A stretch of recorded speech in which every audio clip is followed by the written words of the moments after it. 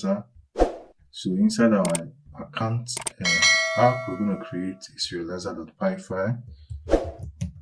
So serializer.py. Alright. Let me see, from REST framework, we want to import serializers. Alright, so first we want to create a user serializer, or you can call it user register serializer. Let's call it user register serializer.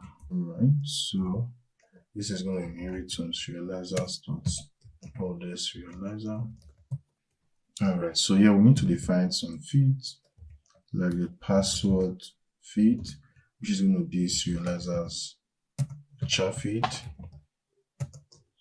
This is just going to have a mask length of, let's just say 68, and we can also give it a mean length of, let's say 6.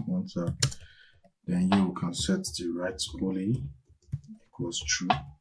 Alright, so we want the user to be able to write their password, but we don't want the password to be returned back to the user. So password should not be part of the response. So we need a password 2 for password validation. Alright, this is also going to be char feed. When I mean password validation, I'm talking about confirm password. So this is also going to have a mask length of same 68 and mean length also same thing. And then we need to create a class meta and set the model, which is going to be our user model. We've not imported that yet, so we need to import that from that's models user. Here we need to set the fields. So we want the email, the first name, then the password, and the password 2. Alright, so these are basic user and register serializer. Later on, we're going to define the validate method. Alright, so we'll come back to this later on. And also, we also need to define the create method, the serializer create method. We'll also come back to this. But for now, let's just save this and then head back and to our view. Now we're going to create a view to register a new user. And secondly, we're going to create the model for one-time password. And we're also going to create a utility functions to actually send the generated one-time password to the user. So in here, we're going to import, say, from REST framework.generic. We want to import the generic API view. Then also want to import a serializer. We can see that serializers. We want to import the, I think we'll call it user register serializer. Also, let's import response, say from REST framework.response. Want to import respond objects. So we can start to create we're going to be using class-based view. So we're going to create our register user endpoint. So this is going to inherit from the generic API view. So here we can define our serializer class, which is going to be our user register serializer. Then we're going to define the method we want to hit, which is the post method. Alright, so this is going to take in self, this is going to take in the request. Alright, so those are the basic arguments. So here we're going to be expecting the user data, which is going to be coming from request.data. So once we get the user data from the backend, from the front end, we want to validate them through our serializer, and if they are valid, we want to save them to our database and send an email to the user, a verification code. So that's what we're going to do. So here we're going to define a variable. We'll call this variable serializer, which is going to be our self.serializer class, and the data is going to be our user data. So in this case, we're going to say if serializer.isValid, or I'm going to call it valid method. So this is valid method is going to trigger this our validate method here. So we're going to define basic set of validations here. Once we call this validate here, we can raise the session, set it to true. Alright, so once we have that, we can, if it's valid, we want to call this serializer.save. Alright, so we want to save the user data to our database to send an email. So we're going to say user, in this case, is equals to serializer.data. Alright, that's the saved data already. So here we're going to call our send email function, which we've now created, to the user email. So the user email we're going to get from here, accessing the user email like this. So we're going to send that message there. So that's that. So once we send it, we want to return a response. Here we want to send the user object, and we're going to construct a message here, which we're going to have the data. This is going to be our user object. Then we also want to send a message. To make this an F string, you can see whatever the user's name is. Alright, so you can just construct your message. Okay, so that's fine. Lastly, we want to send the status code. In this case, we need to import status from REST framework. Alright, so here we're going to put in the status here, which is going to be alright. Then if for any reasons the validation fails, here we also want to return another response.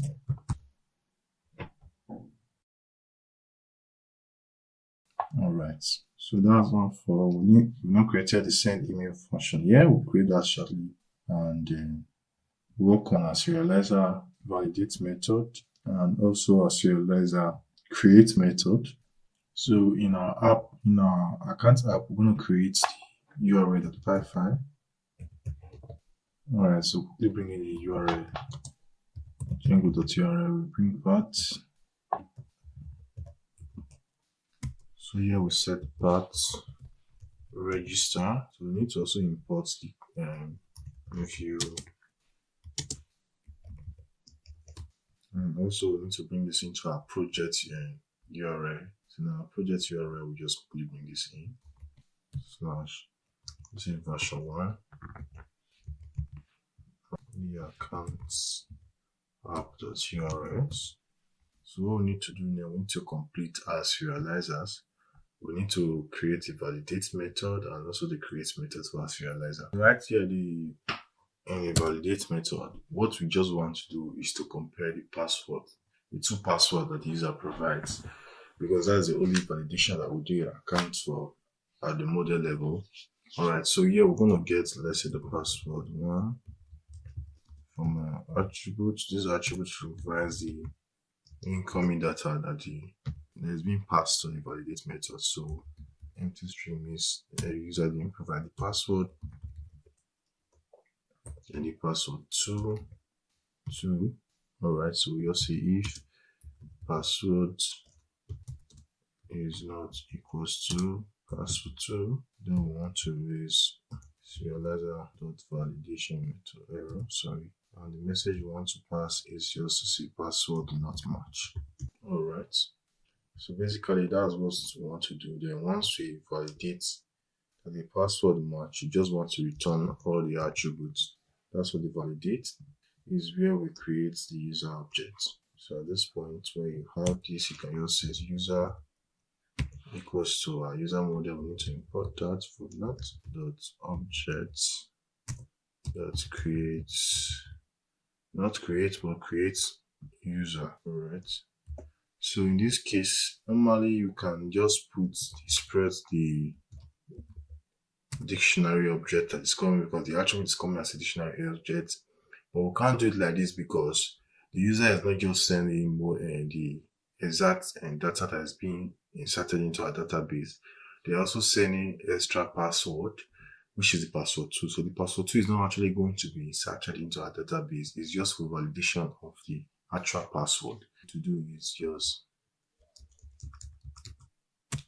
enter the data manually by setting email, which will equal to the validated data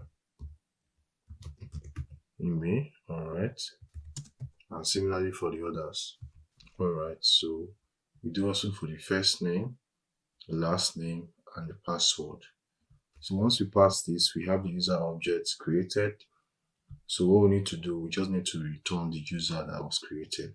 Alright, so we return the user. So we are good to go. What we need to do next is to set up the email verification. Alright, so we're going to create a utility function that will help us send this email to the user. So in our account app, sorry, we're going to create a file called utis file. All right. So in here, we are going to create the function to actually generate our OTP and also the function to send an email. All right. There are a lot of ways that this OTP verification can be done. If you want an OTP that expires at a particular time, maybe that is short-lived, you can use a package called PyOTP. That package actually gives you a function to generate OTP that expires at a particular set time. Alright, so you can actually do that. You can see that method in most applications on mobile phone. But what we just want is a very simple, lightweight email verification. So we are going to create a function that just generates a random sequence of number as an OTP and send it to the user.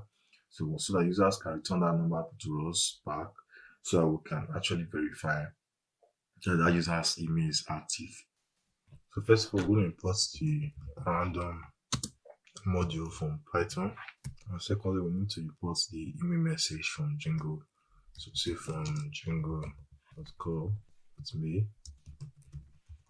import the email message. Alright, we'll just basically create a simple function called generate OTP. Very simple function. And just generate to us an OTP. We just create a loop called OTP, set to an empty string, then basically loop. Sorry, we just need to say for I in range.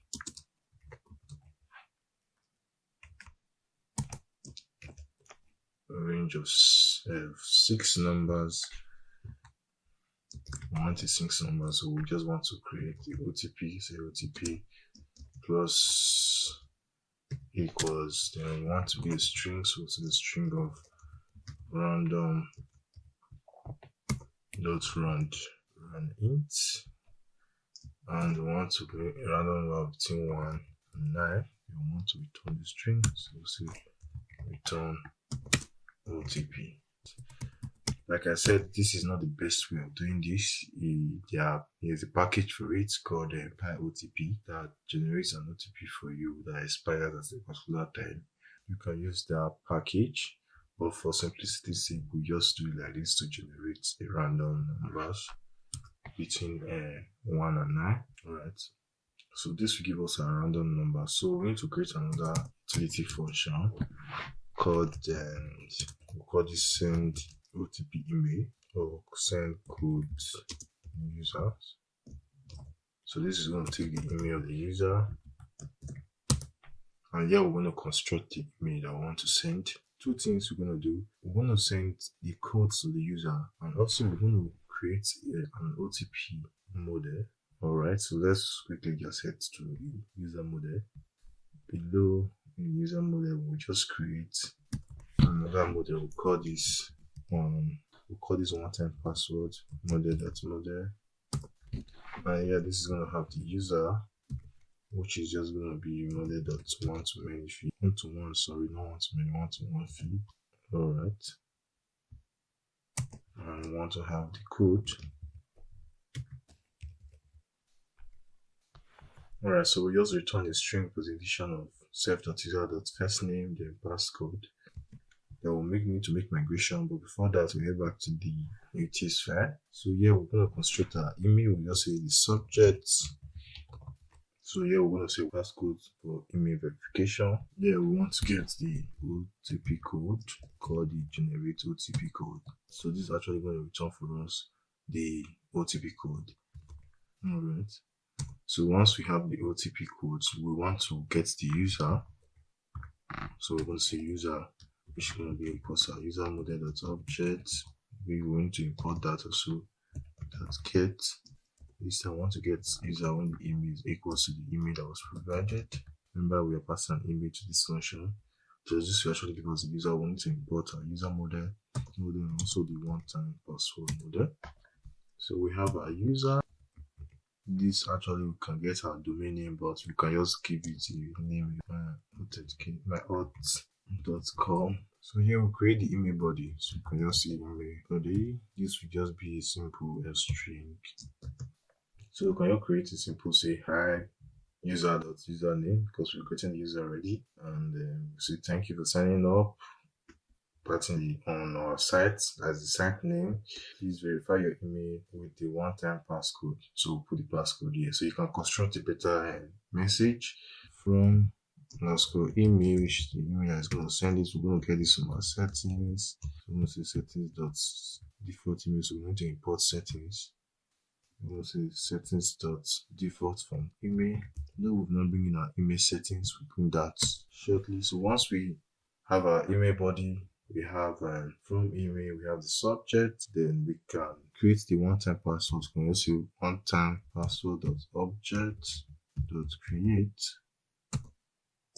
where the user, alright, generate the OTP in our database. And once we do that, we want to also send the email. We're going to say, we're going to call the email. So we're going to say passing email message, and we'll pass in parameters also. Then the two email need to be a list. So that's all we need to send an email. So once we have that, we can just do we can give this a better name. We just change it to the email. So we can just say the underscore email just send. So this will actually send the email. So we can just do the face selectly. Set it true. So that's to send an email for us. So while we are using just this simple current site domain for the site, because the current site or the domain of the site is going to be our front end domain. Alright, so we can't use the backend domain because backend API domain is going to be hidden. Alright, but for now we're just going to leave it like this. But that's not what we are here. We just want to be able to send the OTP to the user. Alright, so this will actually send the OTP to the user method here. So we need to import it. Alright, so this we need to import. So we're going to import it from utils, send code to user, and we have it here. So we need to pass in the user email. Alright, so this I will send it here. So in a production case, you can send this email with Celery to avoid delay. Alright, so you can use Celery to actually send this. So this will be so that's about that. So we need to, one last thing before we can actually test this out is we need to set up our email configuration. So I'm going to be using Matron test email. You can use Google or you can use any other SMTP server that's available to you. So to set up our email server, we just head over to Matron. Alright, so go to Matron, sign up. It's a free account. This is a test email. You can use to test your email. And if you want to actually send real emails, you have to pay for it. But we're going to be using the free version, which will enable us to test our email. We'll be able to see our email messages reflect here. So once you sign up, you head over to SMTP settings. You come to integration. You just select your platform. Our platform Django. You see, we choose Django. So it will give us our email rules, email password, and all that. So I will just grab this now and bring it into our settings so I can set it up. So you can't use mine already. After this tutorial, I'm going to actually reset my credentials. Alright, so bring it into your settings. I've already bring mine to the settings and I already put them in my environment files. What I added to it was just the default one email. You can set this to any domain email that you want. This doesn't really matter, so it's just for dummy testing. So set it to info@everest.com. So this is just a domain email. Okay, I haven't done this. What we need to do is just remaining two things. So we can just run migration. Once we don't run our migration, we can test our API through Postman. So we run Python manager make migrations. Right, so this is making a migration for our one-time password. So we need to migrate. Let's migrate. Right, so once our migration is done, we can actually run our server. Alright, so run our server. So we can try out our API now. Test if we can create a new user, if our email is being sent. Let's head over to Postman now. I'm in my Postman now, so I'm just going to test by entering the URL part and the post requests. Then the body. Let's just use raw. We're going to send it in JSON. Boots.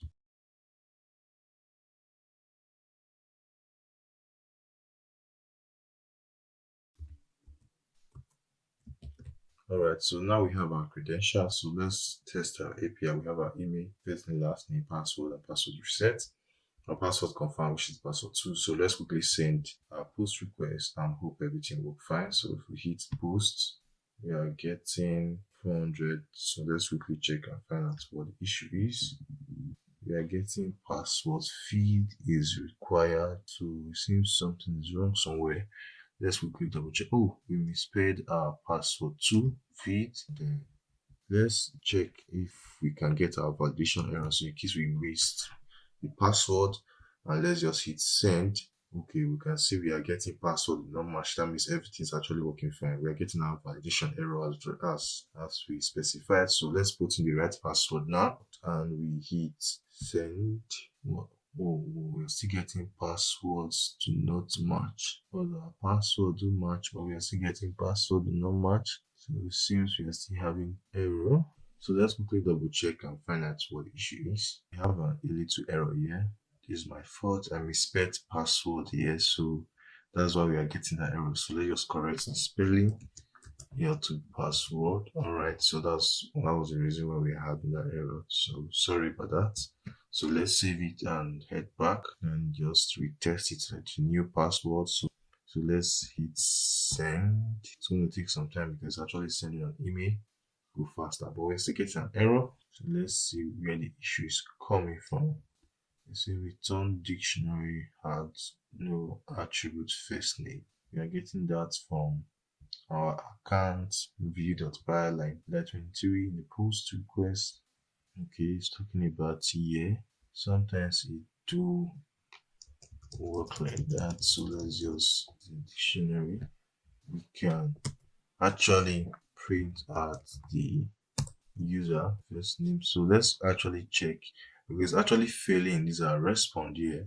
Line 23, you have user is failing there. So let's quickly see if